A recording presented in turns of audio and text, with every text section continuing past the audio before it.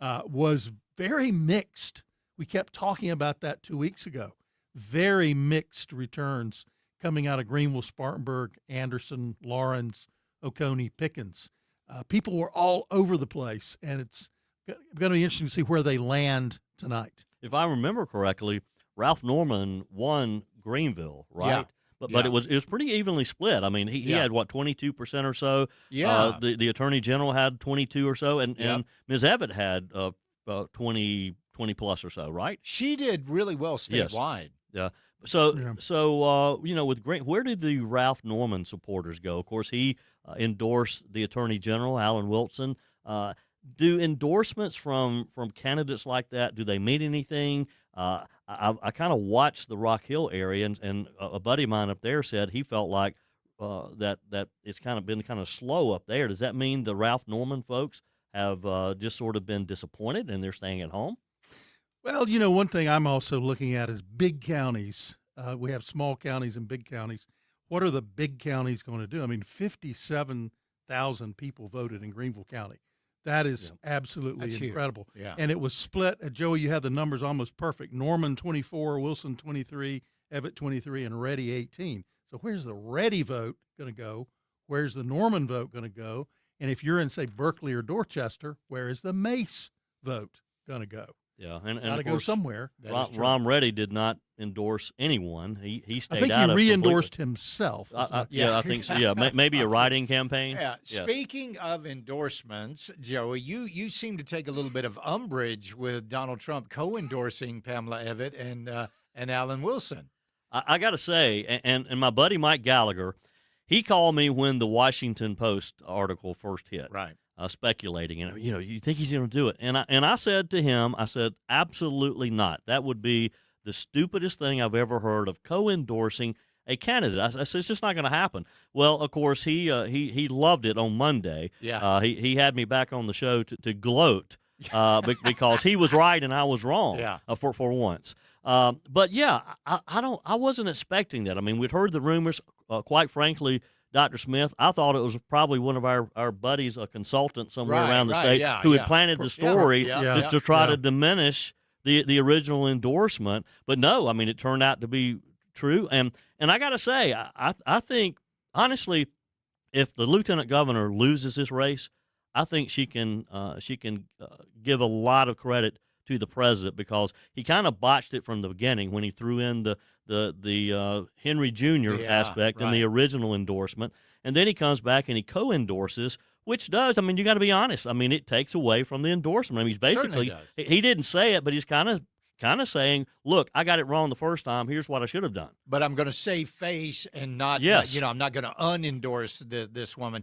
But let's get, that's right. Let's get into this lieutenant governor. It's been a debacle for her right now because when Trump dropped the whole Henry McMaster Jr. thing, then she comes out with 9 potential running mates, and people are like, "Wait a minute, why? I don't even understand that." Has this been an albatross around her neck? Well, the whole idea of not naming your lieutenant governor, quite honestly, is not that unusual. Of course, this is the first time that we've really had, starting from zero, a candidate for governor going into the process. I mean, when McMaster first ran, that was the first time that he got to choose his lieutenant governor. Right. So this is sort of the first real round in that. But, when in presidential campaigns, when you go into the to the RNC, you don't necessarily know who the president's running mate's going to be. So I understand her argument with that. But that has been, I've seen so many people. We've had a lot of our listeners text and call and email, who's it going to be? I want to know. I'm not going to vote for anyone who I don't know who their running mate is. I think that's been really a big issue for her. Absolutely. Yeah. And it's going to, that's going to be reflecting tonight. When do you think we're going to start seeing these things rolling in? Because, this is like, and we just talked a minute ago about how this is kind of like our NFL draft. I mean, this is an exciting night, even though we have so few races on the docket right now. This is going to be an exciting night because this determines the future of South Carolina. It does, and as you said earlier today, Charlie, this is probably going to be who our governor is for 8 years. Yeah. So does that make me Mel Kiper? Yes, it does. Absolutely. Get that hair. Well, we have 4,483 votes in. We have 1% of the vote in. And Alan Wilson at 63.7 and Pamela Abbott at 36.3. I do not think that margin is going to hold, but we are getting probably some of the absentee ballots and such things, but about 4,483 votes in so far. And is that's pretty much the first ballots that come in? Is that the early voting or absentee? I think they're either or both. Or both. Yes. Right. Yeah. Well, that's going to be interesting. And you know, there's been a number of supposed polls that have been circulated over this past week. Yeah. I don't know who they are. I don't know how how if you can even depend on the results. But I mean, if this holds, some of them had Alan Wilson up by 72 points. Yeah. Right. You know, yeah. Those are, I mean, that's, a lot of that's betting. Yeah. Betting money. Yes. I'm sorry. Wagering. Wagering money. Betting's illegal. Yes. Wagering is fine. Yes. So, I mean, what was it? One of the betting markets had 98% Alan Wilson wins this race. 98% chance that he would win it. Yes. It's hard to overcome that. Now, personally, I have not bet on this race, Charlie. Right. There are people that will bet on anything out there these days. So, again, Alan Wilson right now with 63.7% of the vote. Could some of these polls be absolutely spot on tonight? I don't think the margin is going to be anywhere near that great. That would be really record setting. Yeah. I understand the, what did you say, 90% chance? 98. Of a win. 98. I might could understand that, but I don't think, given the intensity of this campaign, I do not think we're going to see a 25-point difference between the candidates. Now, I may regret that 15 minutes or an hour or 2 hours from now, but I don't think the margin is going to be that great. So it looks like these initial votes are coming in from York, from Lawrence, Kershaw, Dillon County, and then Chesterfield County. Now Ms. Abbott has 53%, 47 there. So, but those are where some of these early votes are coming in from. Some of the smaller counties, yes. Of course, as you said, we're watching Rock Hill for some sense of that. Those numbers from York County with Ralph Norman, he was at 40%. His nearest rival was Evan at 23%. So that's a lot of vote-rich area there for the picking for someone.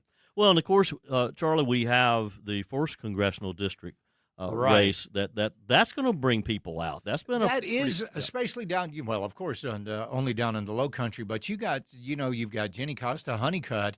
The people got some real questions. Is she just running off the family name of Costa with her mom? And then you got Mark Smith, who has proven to be a pretty strong conservative. This race worries me because the way the demographics in the 1st congressional district, I mean, we could lose this race down there if we don't pick the right person tonight. Yeah, and have lost it. Lost it in recent times. So that's an important one. Yes, shades of Joe Cunningham in the water. Remember that in the water he's kneeling. He was kneeling in the water. By the way, it was not swimming. So how much time we got there, JJ? We're gonna go ahead and wrap it up. All right, we'll be right back. Election results. This is the Runoff Roundtable on News Talk 98.9 WRD, the voice of the Carolinas.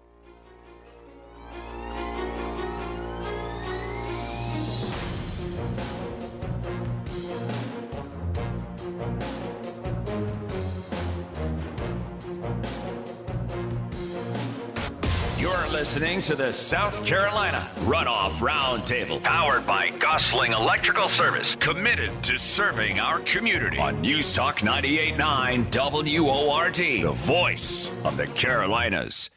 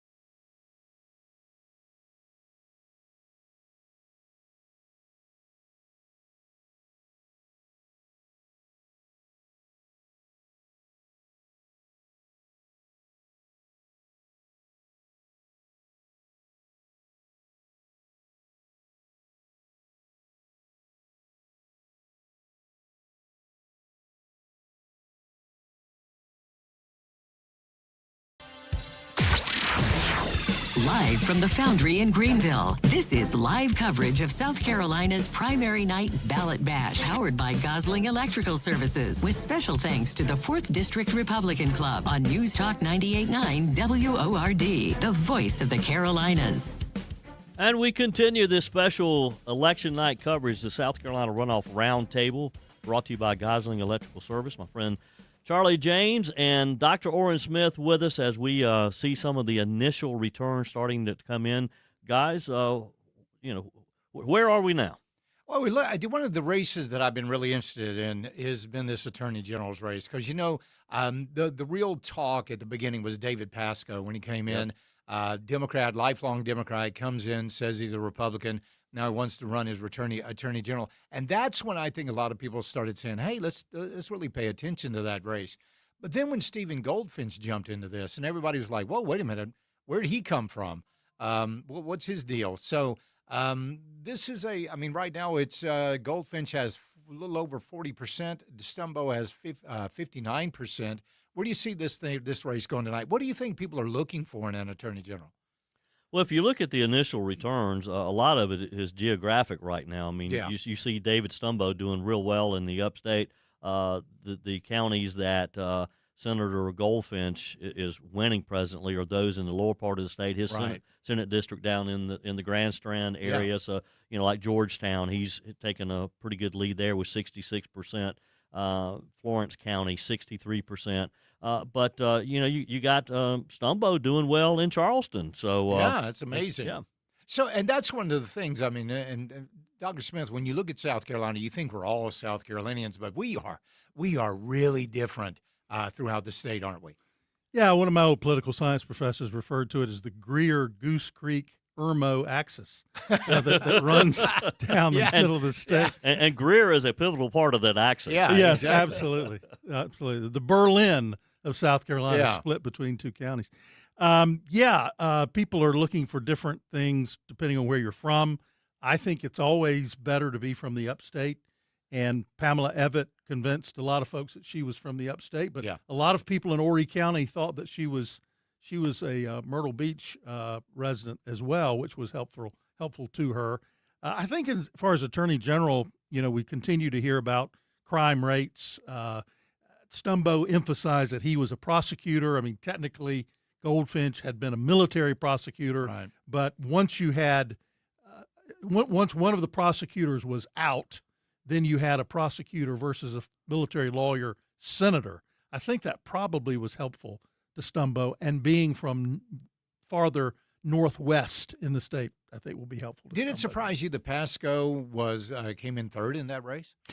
I just think being a card-carrying Democrat so recently was just not going to fly. It's too much in the South Carolina Republican Party. Yeah, I think people saw right through that, and I got to give him credit. He did a good job of trying to convince people that he was ready that the Democrat Party had just left him, and he didn't have a choice but to come over to the Republicans, and he'd be the same prosecutor that he'd been all these years, and he'd clean up Columbia. But I don't think people could get past the idea that he was a Democrat. Yeah. And, for years, Charlie, the party organizations have fought to get rid of the rhinos. Yeah. Well, David Pasco was the epitome of a rhino. He'd be the definition. Definition of a rhino. Yeah. So I don't think he was able to get past that. It surprised me with some of the party organizations around the state who align themselves with him. I mean, I don't recall local parties, even endorsing candidates. I don't think they should in races, but he had some county parties endorse him. And that was one of the things I thought that was not done. I didn't think that county parties endorsed candidates in the primary. Well, when Joey and I got involved in the Greenville County Republican Party, and we could have met in this room. Yeah. In what, 1948 was it? You would never think of picking someone in a primary for mayor, county council, or governor. I mean, it was not done. No, of course, back then we were begging people to run for, and so to get people we didn't have a lot of primaries then. But no, I mean, I don't think county parties should be endorsing any candidate. Yeah. Their job is to promote the candidates who are running on their ticket, and then when that's over, get the party together, and consolidate and win in November. Yeah, absolutely. So, is there a state GOP rule against it or anything? I don't know that there is. I mean, there's bylaws or something. If you talk with some of these local organizations who did this, they think it's a gray area. There was a lot of discussion about that, and if it's not a rule that is, I think it's probably going to be clarified at the next convention. Yeah, probably so. Probably so. Where are we looking at right now? Well, I mean, I was just noticing some trends here. A few questions we kind of were asking amongst ourselves. For instance, this first congressional district race, as Charlie said, sometimes another race will drive up turnout and help a candidate who was doing well there 2 weeks ago. Right. For instance, Alan Wilson did extremely well in Charleston 2 weeks ago. He got 33% to Evatt's 24%. Tonight, it's the number one county in the state as for margin for Alan Wilson. His margin right now is 42 points. So if folks are coming out in Charleston, there appear to be Alan Wilson supporters who also are interested in the congressional race. The other question we had was, what is going to happen to some of these counties in the upstate that were all over the place? One of those was Anderson. Evatt had 26% and Wilson 22%. Wilson is up by 30. Again, this is early. Yeah. But Wilson is up by 35 points in Anderson. So I think Charleston is representative of Wilson's do-well territory, so it's nice to monitor that. Right. The other is Anderson, which was all over the place. That's another good county to monitor to sort of see where we are. Looking at this District 8 race, Don Chapman against Chariie Hodges. Chapman has got 54, almost 55% now. Chariie Hodges, 45%. You know, people always talk about changing the way Columbia works. Well, you're not going to change the way Columbia works until you get rid of the people that work there. So is this going to be another incumbent that takes the night? I think he probably will. Yeah. I was at a forum last week put on by the Anderson Republican Party, and this has been quite the race as well. Yeah. Very, very heated over there. But I could just sense in the room a lot of the volunteers and all there who seem to be falling in behind Don Chapman, Representative Chapman. Chariie has really run a good campaign over there, but I think he probably ends up the winner tonight. Yeah, and that's just one of those things where you go, I mean, is the devil you know better than the devil you don't know? Yeah, exactly. Yeah. Yep. So my guess, originally not knowing anything about the race, was if an incumbent has two challengers, that means a lot of people don't like you. Yeah. But sometimes incumbents get challengers. Well, Neil Collins over in Easley. Right. Yeah. So he always has an opponent. Sometimes he has two or three. Somehow he continues to survive. I'm not sure how that happens.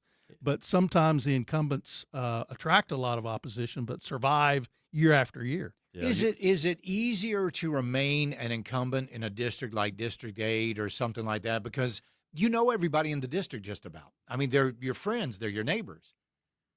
Well, and you've helped the local school board. Right. You've helped county council get some funds here and there. And so, you have that history of literally being able to bring things to the district that your challenger has not. So I think that really puts you in with the advantage as well. But, I mean, it could change, but it looks like. Particularly if you have a voting record that you can use. Mm-hmm. Well, if you have bad votes. Yeah, and everybody defines those differently. Here's Chapman with a 35 Freedom Index score, and people are like, yeah, but what Joey said, he got the school board this, and he got this happening. So it's like you wouldn't vote for anybody else or tell anybody else to vote for somebody with that lowest score, but your guy's good. Right. Your guy's fine. Right. And the way he campaigned, I just took a look at his website last night. You would think he was to the right of Donald Trump and everybody on the way he campaigned. So he certainly knew what messages to emphasize. Yeah, all the hits there. So election night coverage continuing. Alan Wilson right now, according to what I have, what has he got? 65% right now for Alan Wilson. 65%. With 34.5 Lieutenant Governor. Now, we're getting some returns now from Richland County, his home area, and in Richland, Alan Wilson was 73.3% there. It won't take but a few of those. Charleston County, he's still at just over 70. You get a few of these big areas like that at 70%. She won more counties in the runoff. She did. I forget the number, but she won the most counties of all of them combined. But you got those smaller counties, you just don't have the numbers there. Looking at that first congressional district race, they're now less than a point away. Jenny Costa Honeycutt and Mark Smith. That's a very close race right now. How is Mark Sanford doing? I have Mark Sanford down in the Low Country. He's always. Yes. He might be in Argentina. Could be. I think so. Yeah. No. Well, one county that has not been heard from, and they certainly were heard from in the Wheelwright Auditorium at Coastal Carolina, was Horry County. Greenville County voted 57,000. Horry voted 40,000 people. Yeah. Wow. Mm-hmm.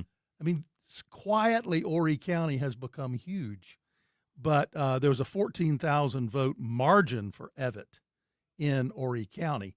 Now, if we do the math, I don't know that that's going to make up for Lexington and Richland and the trends here in the upstate, but that's a county that hasn't been heard from that was very, very pro-Evett the first time. That's the only county that a candidate received over 50% in the first round. But again, you got to have some big numbers to make up some of these early numbers that we're seeing from Alan Wilson right now. Yeah, I mean this is pretty big. I mean, she's right now the only county I see her winning is Chesterfield, with 53% of the vote over Alan Wilson. Yeah, and Williamsburg, Pamela Evett 5 votes, Alan Wilson 3.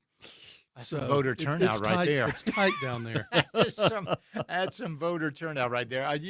Hopefully that's going to grow throughout the night. Right. We don't want to see that. But a lot of people are saying, I went in to vote today and I was voter 50 out of 4,000. And that's a little disheartening, Yeah, it is. It is. So now, one of the races, though, we haven't really mentioned it yet, and that's, of course, the Commissioner of Agriculture, and you had Danny Lee Ford really banking on his family name, and his dad's been pretty active the last week or so of this campaign. His dad popped up on my show today. Oh, really? Yeah, he okay. did. Yeah. Well, his dad was at a forum that I was moderating on Friday, and so. But it appears in these early results, and again, we're just looking at 8.6%. But Cody Simpson has a pretty commanding lead so far. Yeah. Speaking of this, NBC News, we don't have somebody on Facebook says NBC News is projecting Alan Wilson as the winner. Can you confirm this? I cannot confirm that right now. I have the NBC News tab open here. They did. They did. Alan did. Holy mackerel. Sure Alan Wilson wins the South Carolina primary. NBC News projection. Wow. Here we are. Holy cow. We are 35 minutes into it, and they're projecting Alan Wilson winning this thing. That's pretty. So is this, you got to go back and wonder. Was it the endorsement from Donald Trump that really put him over the edge? Well, I think that helped a lot. Yeah. And it also hurt the lieutenant governor. Right. And along with the other issues that we've been talking about, the fact that she had not named a lieutenant governor. Yeah. And then she named a number of options. I don't know that helped. It's almost like she chose geographically people around the state. Right. And I frankly thought that was bizarre. Yeah. I thought it was somebody taking over her social media and done that for a joke. I thought it was weird. Yeah. Yeah. But you saw, she came out of the gate really, really strong. Some of those early poll numbers, and I know that her campaign paid for them in some cases, but those were some really strong numbers. And then it just seemed like every week they just went down a little more and more and more. Was this more a pro Alan Wilson vote or an anti Pam Evett vote? I think there was a good portion of an anti-Yvette there because, again, I think probably some missteps that she took along the way. This race was, I'm going to say, Dr. Smith, was hers to lose initially because she had the all the right players. She had the endorsement of the governor, the endorsement of the president for about how many days? But I think probably just some missteps. Do you think she would have been better off distancing yourself somewhat from Governor McMaster? I've had a lot of people comment on that, and I know you have too. Yeah. Our listeners. That's why I don't have the Order of the Palmetto. Yeah. I've got the Order of the Palmetto bug. By the way, Dr. Smith, we have been upstaged. Charlie is the recipient of the Order of the Palmetto bug. I think that is a step above Order of the Palmetto. Well, the average Palmetto bug is larger than the Palmetto certificate that we receive. True. That's true. So, but I mean, should she have distanced herself from Henry McMaster? I had people make that comment that, I mean, you look at some of the polls, and Henry McMaster seems to be a popular governor. Mm-hmm. But you get within our listeners, he's not that popular. Right. And, I would get emails and text messages from our listeners all the time. Henry McTaxter. Why would you support Henry McTaxter? But, Dr. Smith, you may have your hands on some of the polling, but, I mean, polling statewide, he has been a pretty popular governor. Yeah, right? The polling I've seen throughout his governorship, he was at the Trump level. Yes, he was really, really high. This is just a theory. I have no proof of it, but I'm not sure that the McMaster endorsement helps you. I don't think it hurts you. Right. I just don't think, because remember 2 years ago we had the showdown between two lists of candidates, the Freedom Caucus list and the Republican Caucus list, and Republican caucus were challenging Freedom Caucus were challenging Republican caucus. The governor endorsed a lot of the regular Republicans, many of whom went on to lose. So I don't think the endorsement is all that helpful, but I don't think it's harmful.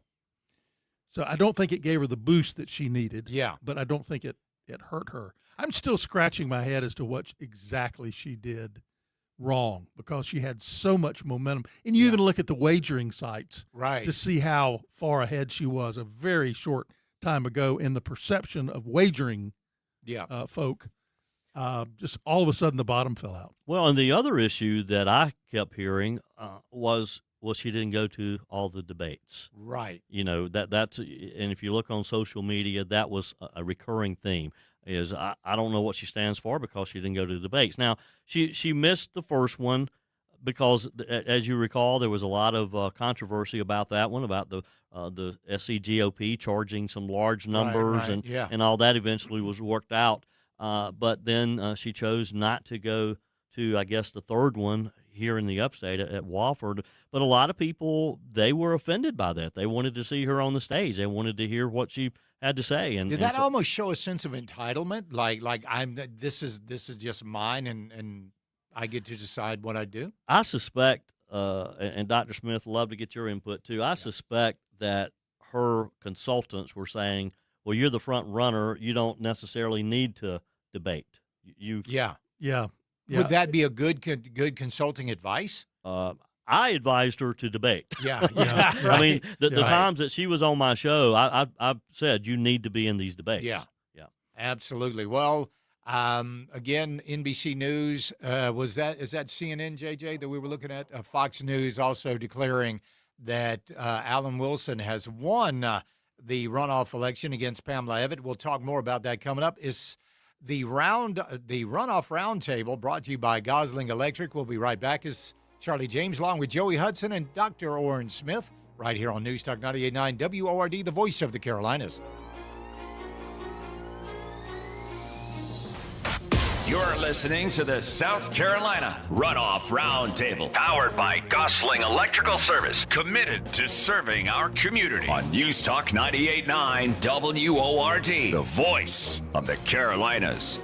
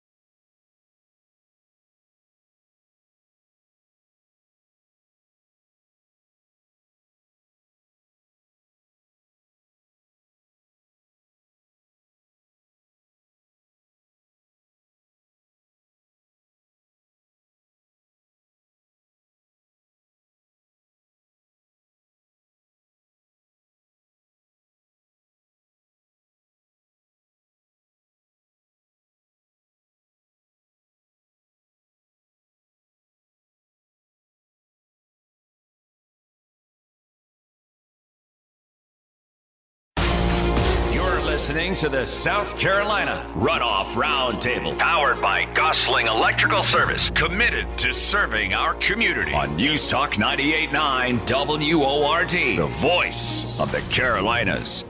We continue our South Carolina Runoff Roundtable, brought to you by Gosling Electrical Service. With me, Charlie James, Dr. Orrin Smith of Palmetto Promise Institute. All right, guys, we have multiple news organizations, AP, NBC, Fox News, already calling this for Attorney General Alan Wilson. Dr. Smith, did you expect it this soon? 35 minutes. Yes. Yeah, after the polls closed. Yeah. I didn't expect it this soon. I will give you my prognostication that I made earlier in the day, and that was that Wilson would win between 55% and 62%. He's currently at 63%, but Horry County's not in. So I think it may still be in that range that I was of my guess. Maybe so. But, something I always like to look at, this is extremely nerdy, but this is the kind of stuff Joey and I enjoy. When Nikki Haley ran for governor in 2010, remember who the candidates were? Andre Bauer. Yes. Henry McMaster, Yes. Gresham Barrett, and Nikki Haley. Nikki Haley finished first and was in a runoff of Gresham Barrett in 2010, and she really is the high watermark for a runoff. She won 65% over Gresham Barrett, which was a shock at that time. Yes. And that is roughly where Alan Wilson is. Right next to that was Ellen Weaver. Really? Ellen Weaver in the runoff with Kathy Maness won 64%. So historically, Governor Haley and Superintendent Weaver are the leaders in runoffs that are significant campaigns. Now, there were some runoffs where incumbents steamrolled other folks. But so Alan Wilson is in the same company with Nikki Haley, Ellen Weaver, and a few others in that high level. Did it help him naming Mike Rickenbaugh so early in the campaign? I mean, if you're going to be impressed with somebody, you got to look at Mike Rickenbaugh. He makes me feel lazy.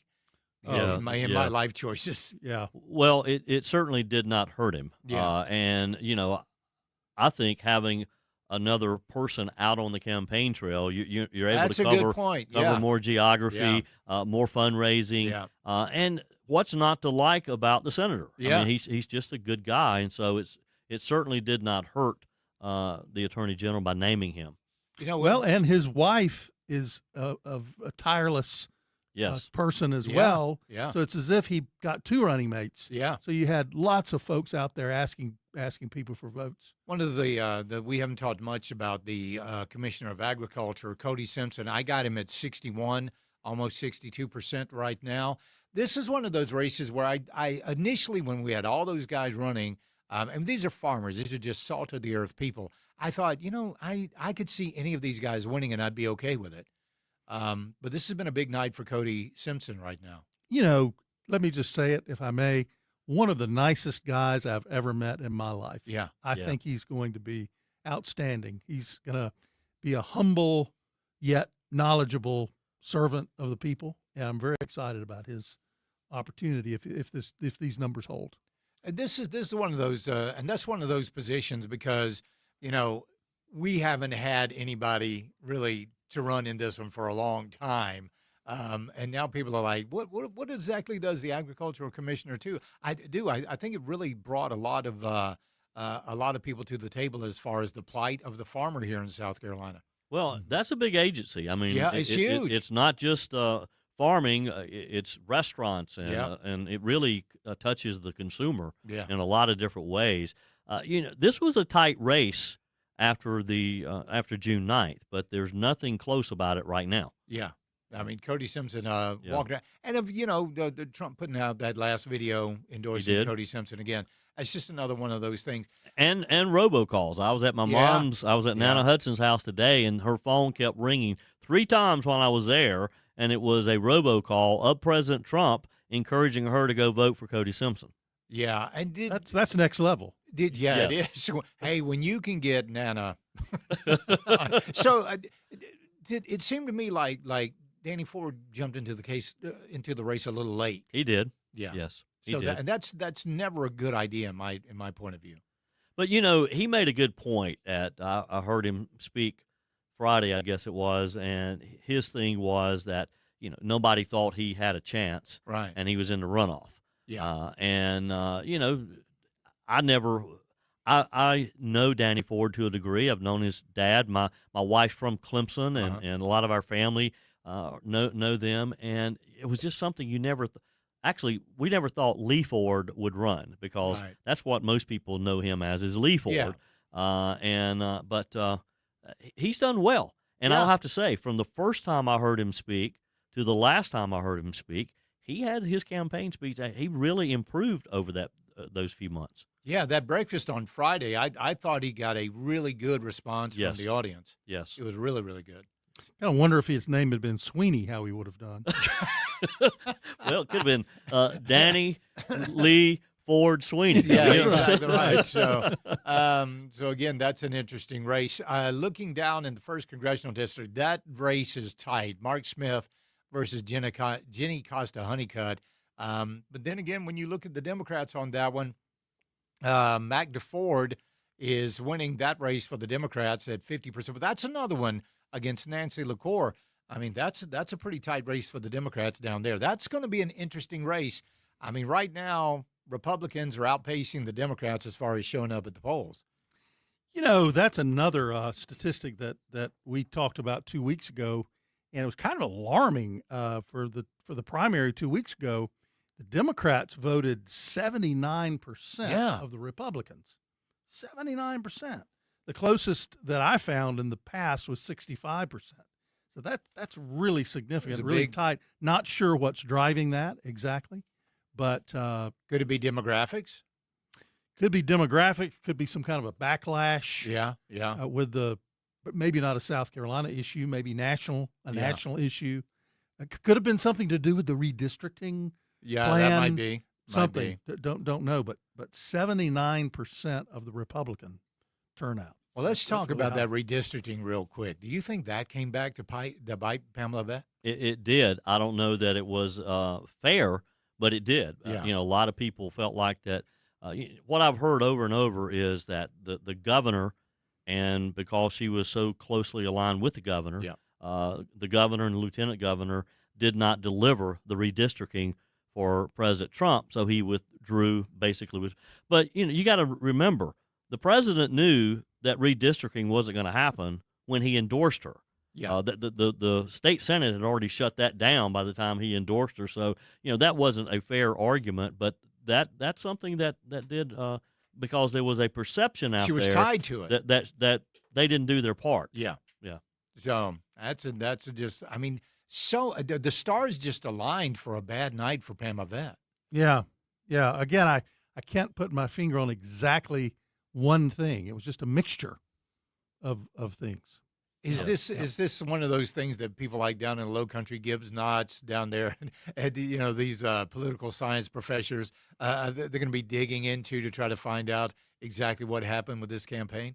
Oh, I think so. There'll be lots of journal articles written about somebody's going to get tenure over this. Yeah, exactly. Exactly right. Yeah, absolutely. So again, let's take a look at the Attorney General race. That's tightening up just a little bit right now. With what are we looking at? I don't have a 53.6 for Stumbo right now, with 46.4 with Senator Goldfinch. And again, the geographic that I spoke of earlier, you still have Goldfinch winning big in his Senate district in the lower part of the state, with 72% in Horry County, 62% in Florence. Georgetown, he's got 66%. But you come up to the upstate, and you got similar numbers for David Stumbo, leading Greenville, 63%, 64% over in Anderson. In Lawrence, 80% Stumbo. Of course, that's getting closer to his home county. 80% in Newberry, 87% in his home county of Greenwood.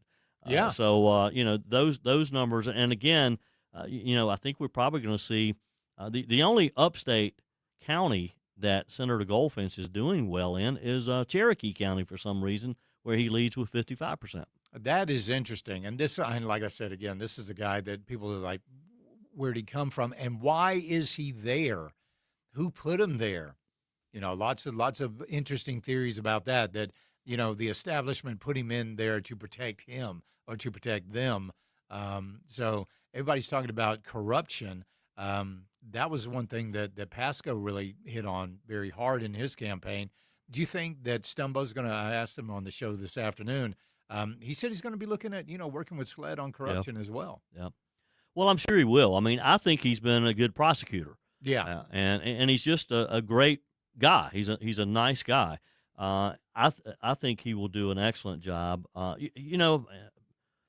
much did the treasurer Curtis Loftus? This is where my mind has been the whole time. I mean, he's really been right. railing against the Senator Goldfinch. I mean, you see a lot of social media ads that or posts that the treasurer has put up saying that if elected, Stephen Goldfinch says he's coming after me. I mean, he even claimed that Goldfinch threatened him. Yes, over the phone. What kind of what effect has that had? Curtis Loftus is extremely popular. In fact, I was just looking at some numbers today, and he won his race for state treasurer by upsetting a sitting treasurer. Yeah, and is extremely popular with the voters. Works social media very hard, has lots of followers. I think particularly in the Midlands and the upstate, that could have been a significant factor, because if you watched any of the hearings, if you watched the trial on the floor of the Senate, Goldfinch was essentially the prosecutor. Yeah. I mean, Larry Grooms, the senator from Berkeley, carried a lot of that water, but Goldfinch is a prosecutor, a military lawyer. He was the one who was making those points on the floor. Yeah, that's interesting. You go against Loftus, and people just don't like that. I mean, he's charismatic, but he's also he's approachable, and like you said, folksy. He's folksy. Yeah, exactly right. That's a good way to describe him. People like him. So, what are we looking at like voter turnout right now, Joey? How's everything going? I mean, this again, a runoff election. We're not expecting huge numbers like we did last time, unfortunately. But how are we standing right now? Well, it's hard to tell right now because most of what we're seeing are showing percentages, and we're not. I don't see any totals with votes, and I can't add them that quickly in my head here, but it appears to me initially, just some of the counties that I'm familiar with, the turnout is not that great. You agree, Dr. Smith? I mean, well, I wish I knew more about the AP and other news outlets calculation for percentage of votes in.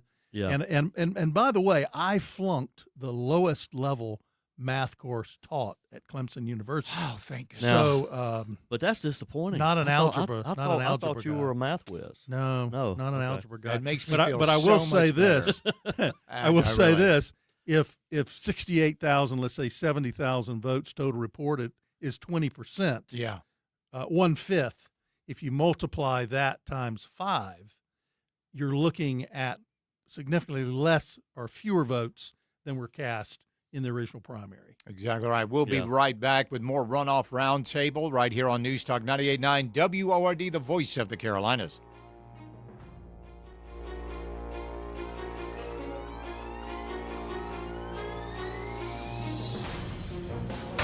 You're listening to the South Carolina Runoff Roundtable, powered by Gosling Electrical Service, committed to serving our community on News Talk 98.9 WORD, the voice of the Carolinas.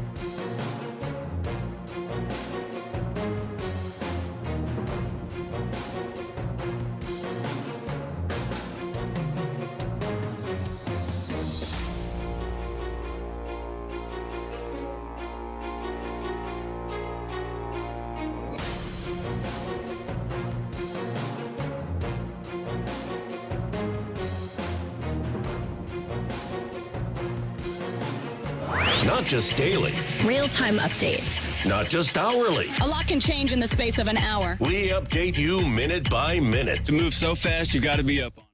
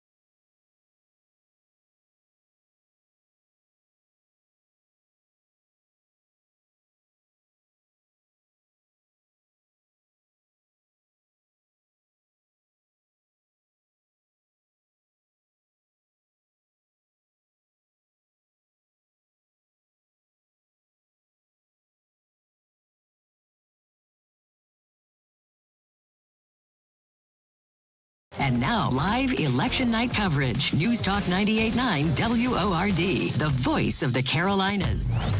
This is Runoff Roundtable, powered by Gosling Electrical Service, committed to serving our community. All the election results and analysis in one place. Here's Charlie James and Joey Hudson. All right, welcome to the Runoff Roundtable. I am Charlie James, along with Joey Hudson and Dr. Orrin Smith, as we bring you the results of today's runoff election. 35 minutes after the polls closed, Attorney General Alan Wilson was named the winner of this runoff election. I mean, that was pretty quick. And I'm looking at some of these numbers here. I mean, he's in the 70s in a lot of these counties that he's won. Pamela Aved, looking at her victories right now, I believe she's won 3 counties. Two of them tiny. Yeah, exactly. But her margins are a lot lower than Alan Wilson's. Yeah, and you look at some of these upstate counties, Pickens counties, for example, Wilson 74%, Greenville County 73%, Spartanburg County 71%, Oconee 66%, Anderson 69%, and then you go over into the Rock Hill area, because we were talking earlier about, well, where do Ralph Norman supporters go? Well, it appears they've gone to Alan Wilson, 62% in Rock Hill, 64% in Cherokee County, 69% in Chester County. Union County, 68. So those are big numbers. What was your Greenville number again? Just curious. Greenville, 73.3 for Wilson, 26.7 for the lieutenant governor. So she was at 23 coming out of the primary, because there's always this notion of he or she in the primary just got all they're going to get. I did not believe that. That's a good about point. Pamela Aved. Yeah. I thought she would build on her percentage. Yeah. But in essence, she's built 3% in Greenville County. Yeah. So she basically got all she was going to get the first time around. So let's talk about, too, the power of those endorsements, because you're right. I mean, Ralph Norman endorsed her.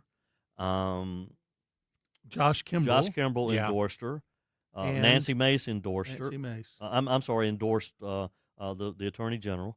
So it looks like that, just with these early numbers, it looked like all of those other candidates, they all went to Wilson. And remember, election night, what we all said, and that was, you wanted to be number 2. Yeah, you wanted to be number 2. That's right. And that was the Jim DeMint strategy. That was, I'm back to Ellen Weaver again, who got very high percentage. That was her. She was second. So the being second, there's something magic about it in South Carolina. I don't know why. And I don't know that it was the power of those individual endorsements. It was momentum. It sent the message to the voters that this candidate has momentum. Right. Is there a degree of, we love the underdog as well? I mean, he came in second. You like to tell the story of, well, he came from second to win. Yeah. Well, you want to be the perfect underdog. That is not too much. And that was one of the things that Alan Wilson always said. He said, if I'm not your first choice, can I be your second? Yeah, and I like that. He everywhere I heard him speak, he always said that.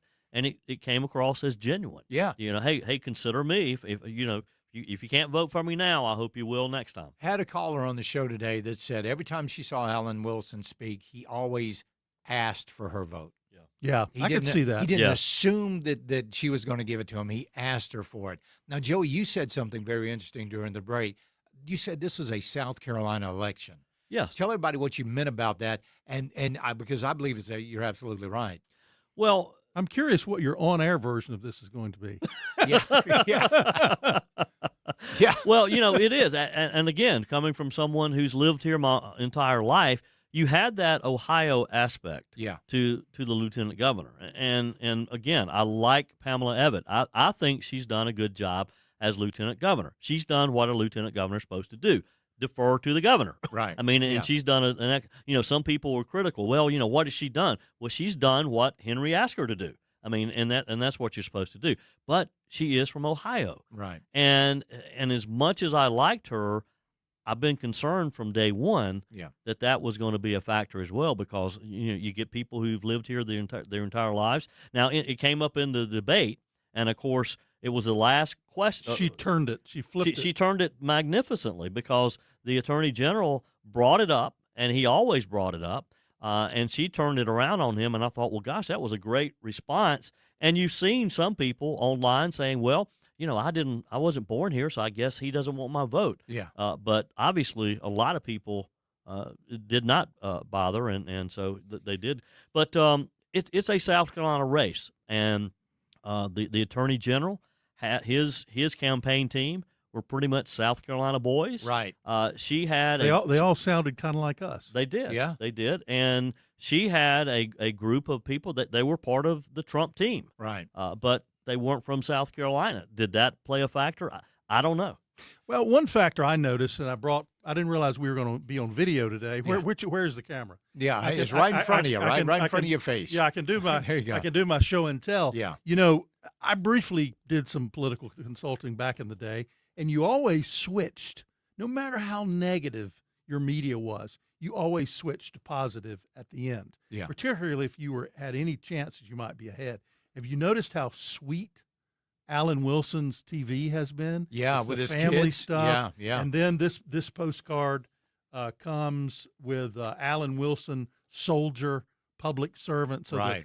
the end of the campaign for Wilson was turning to the positive. So the last thing you heard from the candidate was very positive. Yeah. Well, these may not be paid for by the Evatt campaign. Right. These could be people that she doesn't even really know. Yeah. Just say that up front.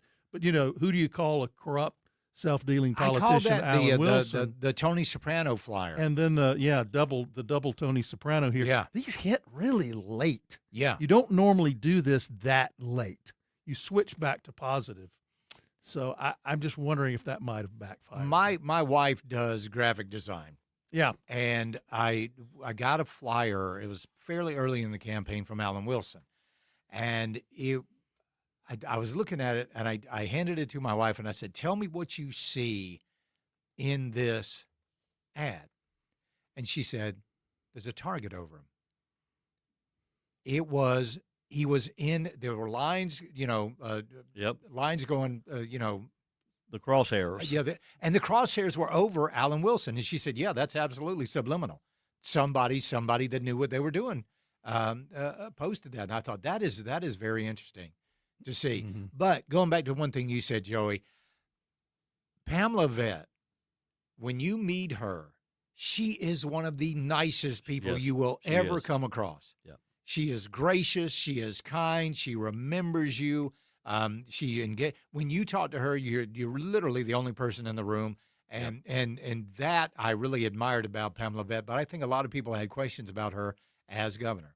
I do too, and I think you asked earlier, Dr. Smith. Well, what changed?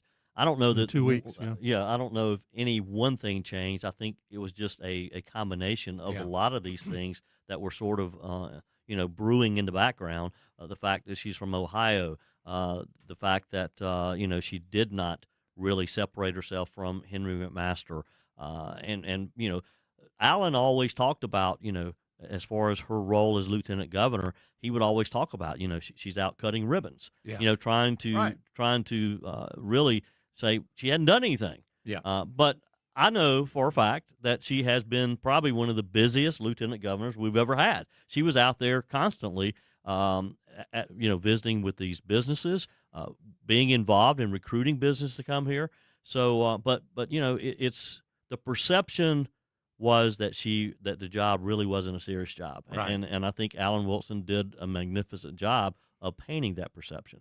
Do you think that's a little bit her fault for not doing all of these things behind the scenes? Should she have been more? Should she have had a better social media presence? Maybe. Hey, today I was in Ori and we brought a new business in or whatever. You think that would have been? Is she conceding right now, or is Alan Wilson? I think Alan Wilson, he just took the stage a few minutes ago, declaring victory, I guess. And it is one heck of a victory for Alan Wilson right now. I don't have the audio here just yet. So what are you saying, JJ? No, that's okay. Again, 35 minutes into this thing, Alan Wilson declared the winner. Nothing short of a trouncing tonight. And right now is at 65%. What was your prediction? Yeah, I was guessing, let's see, the range that I guessed was 55 to 62. Yeah. Yeah. I didn't think it would go above 62. He's exceeding that. Yeah. Night. We have a lot of other races. Of course, we're watching here. Some of the local ones. I was looking at this. We mentioned earlier the State House District 8. Don Chapman, Sherry Hodges. He seems to be pulling ahead a little more over there with presently 55% to her 45. Joe Dill has just pulled in. He had been trailing Travis Forrester in the Greenville County District 17 County Council race. Joe Dill just pulled ahead, 51.4 there. And then we have the Democrat primary in the Greenville County District 23, David Mitchell, 71 to Angela Akins, 29. Over in Spartanburg County, we had the race for the Spartanburg County chairman of county council, and William Crawford is easily winning that one with 68%. And then a couple other Spartanburg County races over there. Jason Say, 67, and that's a District 2. And then District 6, Alex Turner leading Jessica Coker with 56 to 43. So some of those local races, those returns are starting to come in. Yeah, that's going to be a very interesting night. Again, you look at Joe Dill. I mean, just one of the nicest people you're ever going to meet in your life. I mean, just absolutely fantastic. So very interesting. But again, this is voter turnout. Do races like this further down the line, who gets hurt more by low voter turnout? Is it the big races, the governor's race, or is it those little? No races are little, but the smaller races. Do you think? Well, I think the smaller races, particularly for county council and state house, which, in Greenville for many years, the districts were the same. The lines were virtually the same. Mm-hmm.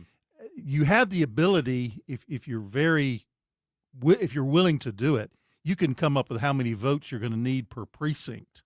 Yeah. How many votes do I need in this precinct? You can get it down to that level. The governor's races, right? There may be some that try to do it. They can't really get down to that granular level. But if you're willing to put the shoe leather in, you can know which people you need to vote for you and work them. And you said a couple of weeks ago that Josiah Magnuson, just an absolute master. He is one of the best I've ever seen. Yeah. All right, we're going to take a quick break. We'll be right back. It is the Runoff Roundup right here on News Talk 98.9 WORD, the voice of the Carolinas. You're listening to the South Carolina Runoff Roundtable, powered by Gosling Electrical Service, committed to serving our community on News Talk 98.9 WORD, the voice of the Carolinas.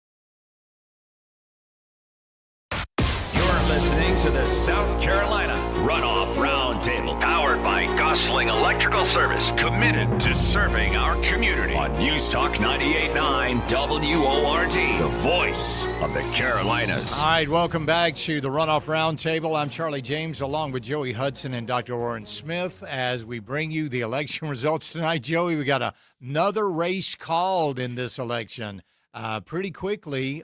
Tell us about the Commissioner of Agriculture. Yes, Commissioner of Agriculture. That race has been called for Cody Simpson. Presently, he has 62.6% to Danny Ford's 37.4%. But that has been called by several different media outlets. And, you know, that now he had President Trump's endorsement as well. And he took full advantage of that because everything you saw about Cody Simpson, you had Donald Trump in there, too. In fact, that was one of his big things, was that the president called him and said, "Run, Cody, run," and that's what he did. Yeah. And you know what? This is, and we've said it before, but this is just one of those races where just everybody was just salt of the earth. Yes, I mean, it was. We couldn't have made a bad decision, I don't think. No, and you know, the interesting thing about this, we were talking about the negativity at times in campaigns, and boy, they've been nasty this year. Which one? Yeah, right. Let me just tell you. Let me tell you the one that wasn't not as nasty though, and that was Commissioner of Agriculture. Yeah, I did several forums with these guys, all four of them, and they had sort of developed this camaraderie among themselves. I think they identified with one another as being farmers, but they would tell you, I mean, that they weren't, they didn't wish ill will towards any of them. Now it did get a little more dicey this past week in the runoff between Danny Ford and Cody Simpson, but nothing even close to some of these other races. You know, they, as you said, any one of the four would have been good for this job. Yeah. They were all farmers. I think they all were running for the right reason. Yeah. And I said it today on the show. I wish farmers would run for every seat. Yes. You know? Yes. We'd be in a lot better shape if that happened. Very Jeffersonian of you. Yes, exactly. Let's talk about that Spartanburg County Council, William Crawford against Mike Stacy. This is another Democrat turned Republican in Mike Stacy. A lot of negative Trump social media posts and things like that came up. I mean, that was kind of an interesting thing, but pulling in 31% of the vote right now. Yep. Well, William Crawford has, I would have given him the edge on this one from day one. Yeah. He's expected him to avoid a runoff, actually. Well, I did too. If anyone could have won that one on the first round, it would have been William Crawford. He's been involved in conservative circles, Republican politics for many years, and he's a stand-up guy. He's a business guy. He has a good head on his shoulders, and you're right.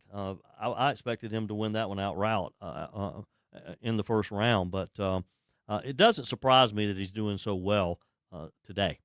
So when 2 weeks ago I asked you, Dr. Smith. He remembers. I do. I asked you, I said, do you hold some money back in expectation for a runoff, or do you do what Lee Bright did in his last race, just throw everything out there and try to win the general or the primary outright?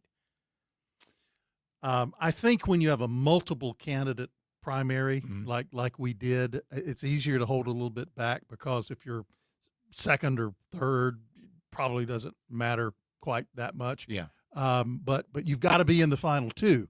So that's the tough part. If it were a free-for-all where you had to run the same four ran again 2 weeks later. But if you're in danger, of not making the runoff, then you've got to do all you can do. But if you think you're going to make the runoff, it's just a matter of how solidly you need to hold a little back. Of course, it creates a new cycle, so you're able to go back to some of these folks who maybe didn't max out originally. Right. That would be your short list. Somebody gave me $1,000. Well, I'm very happy for that $1,000, but take a look at what the max is and ask them for the difference for the runoff. Yeah. That's pretty easy to do. Do you go back to the donors and say, hey? Absolutely. Yeah. In fact, you may just stay on the phone all night, election night. Exactly right. Yeah, because that is a balancing act. I mean, because when you're running the campaign and you feel like things are so close on that first ballot, you have a tendency to want to go ahead and spend to try to wipe it out so you don't have that runoff. But if you do that and you are in the runoff, you got to come up with some money quickly because that's a whole new campaign. Right, right. And sometimes that's when some candidates overextend. They start to borrow. Yes. Of course, I'm not sure how much Ralph Norman lent his campaign for governor. Right. Some of the candidates did, of course, not to the level of what was the candidate for governor in Georgia, what he donated to his own campaign. But that's where I've just seen a lot of politicians who are just trying to get in the runoff, and they maybe overextend, and they don't make the runoff, and they're in huge debt. Well, Ron Reddy spent a tremendous amount of money. You got to look at the money that Mark Lynch put out in his campaign. So if you are a consultant, let's say you're Pamela Vett's consultant right now, is there some kind of a postmortem that you do? Do you sit down with your candidate and say, listen, this is where we fail? What do you do? I mean, do you just pack up your stakes and leave town? What? Well, it depends. We're back to what Joey said. I won't reveal what he said during the break, but we're back to the whole point of people whose homes, their office addresses are very well known. They're in probably Columbia or Greenville or Spartanburg. Right. They've got to keep doing political campaigns year after year. That's their profession. And if they live in South Carolina, they can't pick up and move. Yeah. They've got to keep earning business based on their performance. Some of the other consultants that are national or maybe there's a mixture of local and national consultants, then the national consultants may just disappear, and they're on to Nebraska or Iowa or wherever the next campaign is. But the local South Carolina consultants, they are homegrown. Yeah, as a friend of mine in policy world said, we grew here and they flew here. Yeah.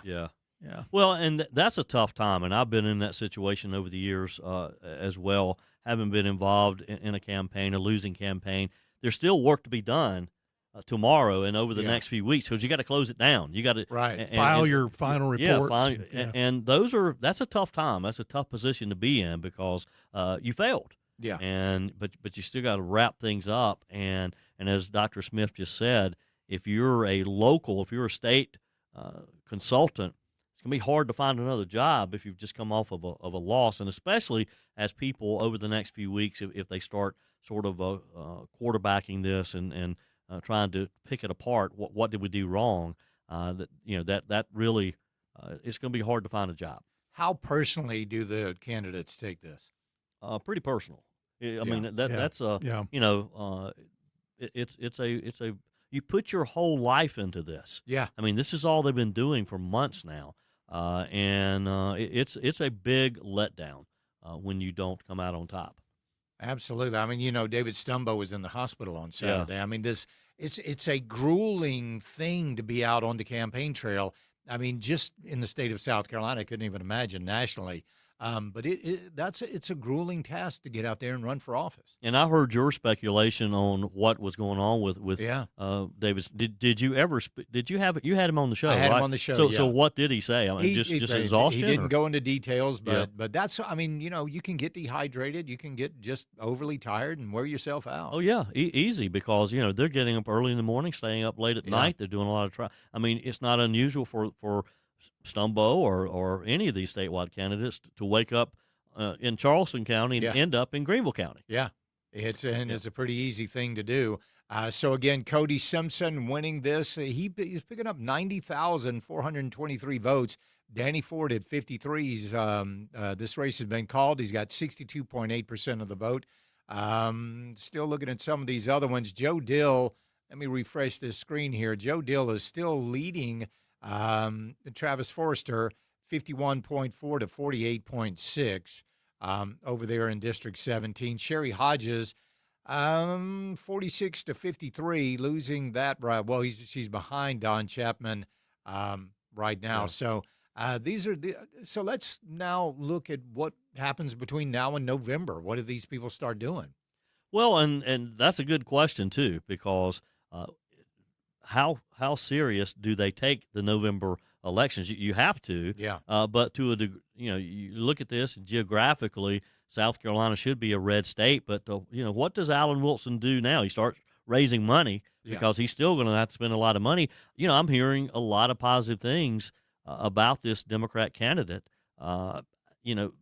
We haven't had a Democrat governor since when, Dr. Smith? Jim Hodges. Jim Hodges was, and that was a fluke. David Beasley because of video poker and the Confederate flag. Exactly, yeah. I mean, we had upstate business person Fred Collins, who single-handedly almost defeated David Beasley. Yeah, he had jukeboxes. Yeah, he had jukeboxes. He had poker machines around, and when Governor Beasley was successful in eliminating poker machines, it pretty much put him out of business in South Carolina, and he spent a boatload of money to beat Beasley. Yeah, Beasley was elected in '94, succeeding Campbell, who was the upstate guy, and then he lost re-election in '98 because of really it was a mixture of the video poker and calling for the removal of the Confederate flag in his first term. Yes. Well, the whole campaign was ban Beasley, if you'll remember, and spent a lot of money. They had this voiceover guy who produced the radio commercials, and people started.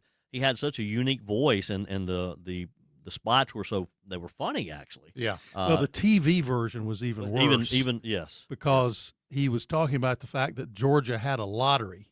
Yes. And David Beasley was militantly against all forms of gambling, so he was against the state education lottery. So this fake convenience store clerk from Georgia becomes the celebrity of the actor in the commercial, becomes the celebrity of the campaign, and he always ended the commercial the same way. Georgia loves David Beasley. Well, that's just brilliant campaign strategy right there. Yeah. It really was. So where are we right now? How are we looking on these returns? Again, we got Alan Wilson. That was called 35 minutes into the night. Cody Simpson, that's now been called. Let's take a look at the looking down in the – all right, Jenny Costa Honeycutt is now pulled ahead of Mark Smith down in the 1st Congressional District. How are we looking on the Attorney General race? The Attorney General, we still David Stumbo leading with 53.9%. He's got some pretty big wins in these upstate counties. Lawrence County, 77%. Wow. Newberry County, 80%. Greenwood County, 87%. 73 in McCormick. Anderson County, 65. Some big numbers in these upstate counties. Now, if you go to the lower part of the state from his Senator Goldfinch's home area in his Senate district, he's not getting those types of numbers. No. In those 54% in Darlington, 51% in Lee, 64 in Florence, 67 in Georgetown. But those are good numbers. But if you look at the map, you've got this little green area which represents what Stephen Goldfinch is getting in that part of the state. Everything else is red across the state. Yeah, which is Stumbo. It is Stumbo. I mean, you look at over at Horry, that's his best county right now, 72%.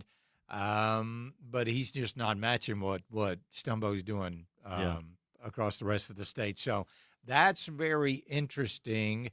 That's how long do you think it's going to be? I mean, he's at 54%. Where do they have to be usually at this point of the night before they start calling these races? Yeah, at what number, Dr. Smith? Yeah, usually it's some kind of a sampling procedure where they figure out which precincts they need to sample. Yeah. In the old days, when the votes were counted at the precinct level, there was a number for you to dial, and you would call into the Associated Press and give a sneak peek at the number. But now they just have to go to the election office and read what's posted. But usually it's based on a sophisticated sampling technique that gives you an accurate percentage or attempts to. Yeah. So where are we now? Right now. So again, I mean, basically, how's that Joe Dill race? That's one I really want to keep an eye on tonight. Joe's still leading with just over 51%, and let's see what that is with 43% reporting. So race like that, it could depend on a big precinct somewhere. Yeah. But Joe Dill, as you mentioned earlier, he's just a likable guy. Joe Deal has served that northern part of Greenville County for years. He served on the school board. He served on Greenville County Council before being defeated, I guess, 4 years ago. He's just been out one term, I believe. Joey Russo defeated him. So everybody knows Joe Deal. And I think everybody was stunned that he lost 4 years ago. Right. Yeah. And there's to a degree people saying, well, we want Joe back. And so it'll surprise me if he loses that. I think Joe Deal probably. What were the issues, do you think, in this race? Because I don't think any Republican candidate is even moderate in the county council races. The one time that I heard the four of them together, the biggest issue was roads. Yeah. And, of course, that is a big issue around the state, but that was the biggest issue. They all talked about, what are we going to do about our roads? We need our roads.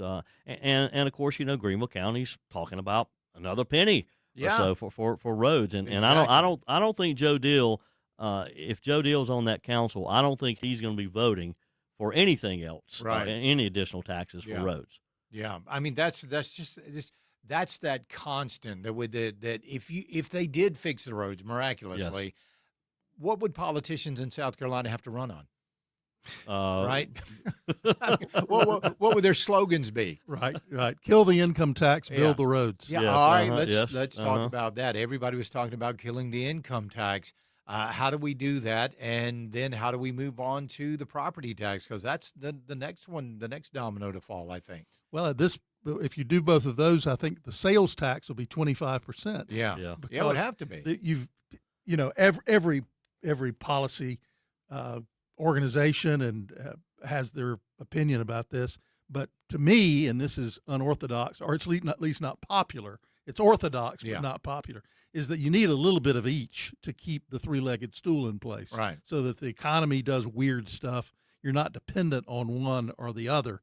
I can understand the need to go to a 0% tax, but a 0% income tax and a 0% residential property tax, I don't think there's any plan available that could do that without raising the sales tax at some astronomical level, particularly when we've got some really screwy taxes on business that's hurting us with attracting industrial businesses. So we've got to address that. So it's going to take a little bit of wizardry and a lot of calculations.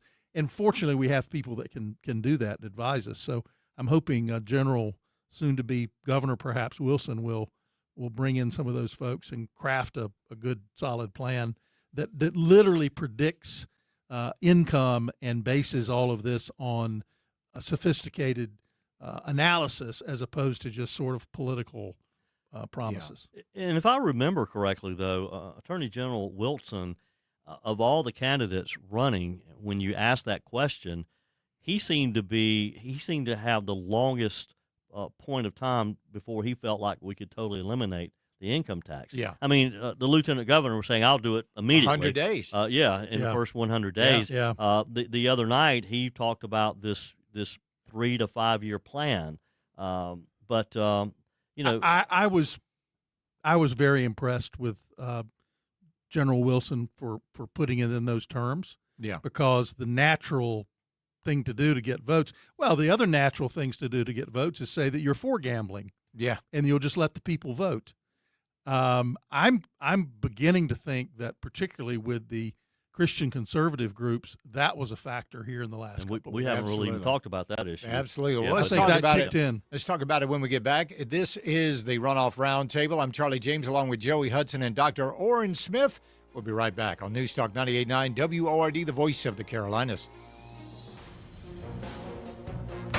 You're listening to the South Carolina Runoff Roundtable, powered by Gosling Electrical Service, committed to serving our community on News Talk 98.9 WORD, the voice of the Carolinas.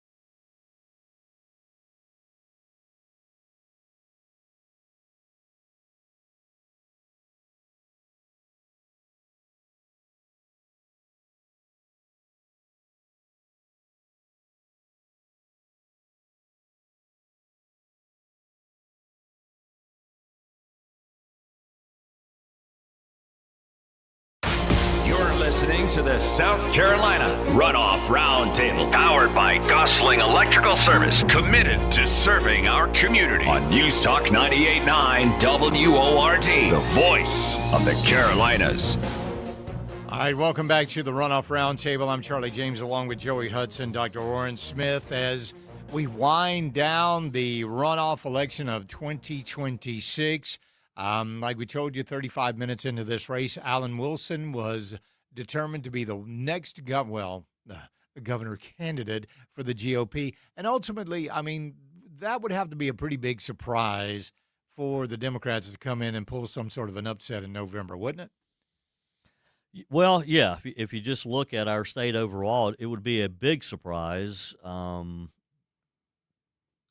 I don't know that it's possible. I think I'm going to probably say it's not possible. Yeah. So he will be the next governor of yes, South Carolina. yes. And that's, historically so. We were just talking about Hodges, but there were a lot of factors involving Beasley to allow that to happen. The swing voters, Yeah. of course, in South Carolina, swing voters are most likely Republican voters as well.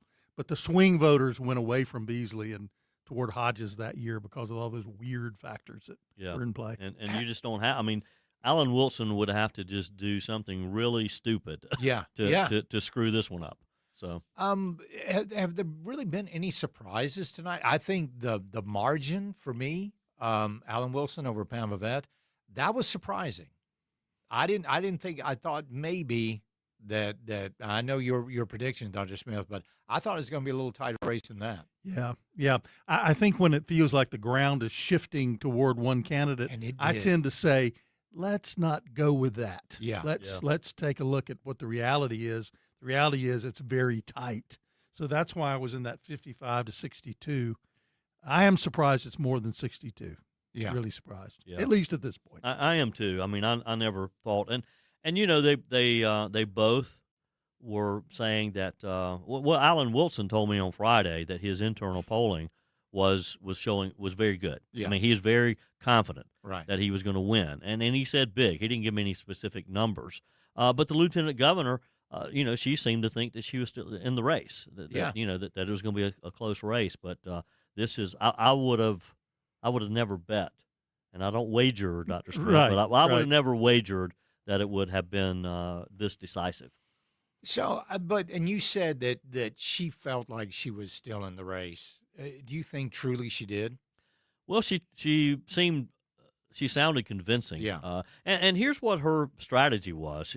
She talked about voter turnout, and she felt like she had a good organization she had identified those folks who had voted for her in the first round, and she felt like she had the infrastructure to turn them out again. Right. And she was putting a lot into Horry County. Now, you may recall, first round, she was up here in the upstate for election night. She is in Horry County tonight because she was counting on them to come through in a big way. And they have come through for her, but not big enough. There's just not enough numbers there, considering that she's lost most of the upstate as well. Yeah, I mean, she's coming in right now with only 3 counties. The only county we don't have anything on, or do we? I'm looking out at Jasper County, nothing there. I don't know what they're well, Jasper, we need to investigate Jasper. Absolutely. Because you may recall when we wrapped things up on June the 9th, Jasper still had not come in. Right. Yeah, Jasper's an unusual place because it was just like nothing going on in Jasper. Now it's one of the fastest growing counties in the country. Yeah. Just because of the growth. We've been looking at very few South Carolina House races. The one in Anderson we spoke of, Hodges and Chapman. Right. I've just received word from a very highly placed source that Chapman will be reelected. Yeah. If that is the case, then it looks like the only incumbent to lose in the primary or the runoffs will be Luke Rankin from that seat in not Lawrence. the senator, but Right. the House member in Lawrence County. He would be the only incumbent to lose.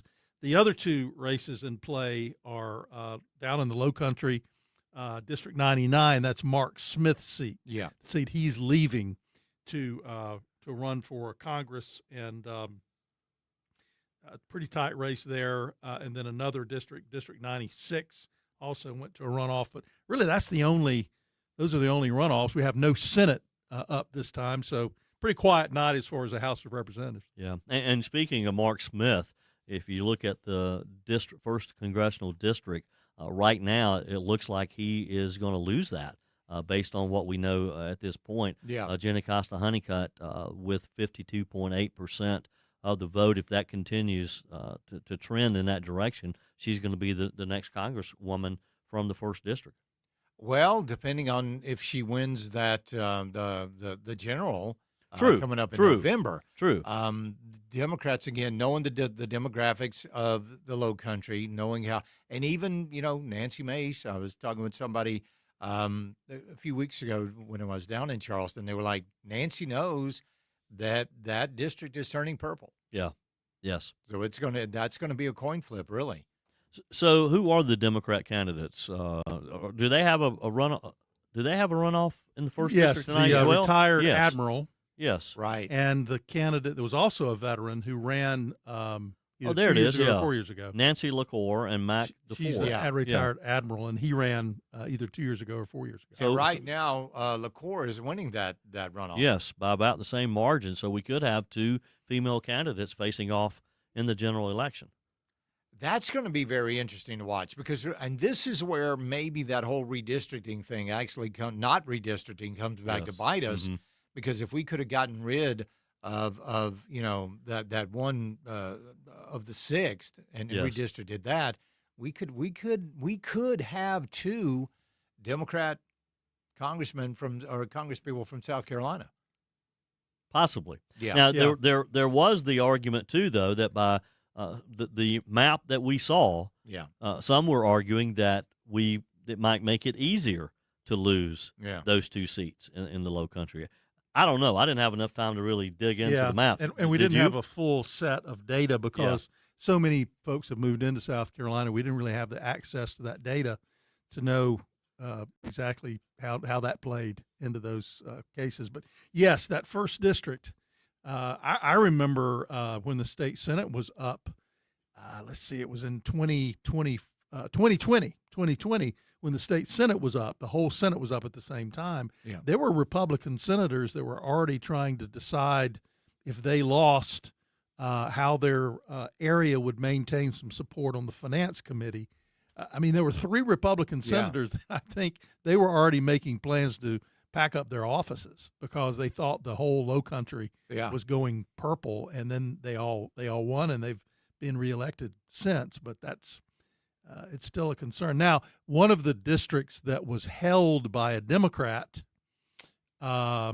is hotly contested now, and the Republican Party in the Low Country, it thinks they may be able to pick up a seat in the Low Country. So we'll see about that, but that'll be a general election. Yeah. Have a bit of breaking news at the Attorney General's race. David Stumbo has now been called the winner. All right. In the Attorney, so that wraps up those 3 statewide races. 3 that we've been watching. Offices, right? Yes. So that's interesting. So is the big story tomorrow going to be Alan Wilson wins, or is it going to be Pamela Vett folds? Now, we know what the general voter is going to think, but what about the people in the political world? What are their headlines going to be tomorrow morning? I think it's going to be Alan Wilson won after Pamela Evett folds. You're exactly right. End of it. I don't know what that means. Some of the blogs, it's whatever the advertisers want it to say. Yeah, exactly right. But, again, somebody's going to have to – that's right. It is the end of McMaster. End of McMaster what? Era. Yes. End of the, and it is. It's the end of the McMaster era. Longest serving governor of South Carolina, 10 years, right. just based on the way he became governor. And that if you think about that too, and it's never been confirmed, but I've always thought that he and Donald Trump got together and got a deal. I would envision the conversation going something like, well, Henry, what can I do for you? He said, well, I don't need a position, but I need for you to get Nikki Haley out of the governor's mansion. Right. What can you give her so that I can move into the governor's mansion? Well, or she could have said, what position can I take? And then it became convenient. So, Well, Henry was the first elected official to come out and endorse Donald Trump. Yes. And so it was a little bit of a payback there. And he wanted to be governor Since he was in kindergarten. So bad. Just his whole life, that's all he wanted. And I think Nikki Haley wanted to be something else other than governor. Yeah, she always had higher aspirations than that. But there you go. That's politics. But this has just been it's been an interesting night. I don't think it's been a surprising night in a lot of ways. Just the margin. Yeah, victory. the margin. I kind of thought Cody Simpson would pull it out because of Joey's mother getting calls 3 times. Right. Yes. From Nana Hudson. Yes. Nana called that one at about 2:00 this afternoon. You got that's the new earmark you got to go for, the Nana Hudson vote to get that going on. Did Trump know something? Did Trump know? I mean, that's a good question. Did Trump know? Was this one of those things that he said, I'm going to get it and I'm going to endorse and save face here, maybe? Well, the story that I've been told, and wonder if you've heard anything as well, Dr. Smith, the story I've been told was that the Wilson campaign team had been pressing the White House very, very strongly for weeks, and that they had been supplying them with some of these polling numbers that they had, that basically saying, hey, you called the wrong candidate here. You should have been endorsing me to begin with. But, you think about this, and this is where Mike Gallagher and I, we kind of went back and forth, because I kept telling Gallagher, no way Donald Trump was pushed in to doing anything. But that's the story that I hear, was that the Wilson campaign was really pushing hard for him to make that co-endorsement. And there's also the rumor that, this is a little bit of a retribution for not redistricting and, not going along with the one big, beautiful bill here in South Carolina. Well, and his candidate lost in Georgia. He didn't want to in a row. He's a little sensitive. Yep. And one thing about Donald Trump is he is obsessed with polling. Yeah. Particularly if it's an issue he thinks he owns or a candidate he wants to consider endorsing. Yeah. So, well, it has been an interesting night. Alan Wilson will be the next governor of South Carolina. Cody Simpson will be the agricultural commissioner. And, of course, we've got David Stumbo as Attorney General. Thank you so much for joining us this evening, on the Runoff Roundtable. For Dr. Warren Smith, for Joey Hudson, I'm Charlie James. Thank you so much for tuning in. News Talk 98.9 WORD, the voice of the Carolinas.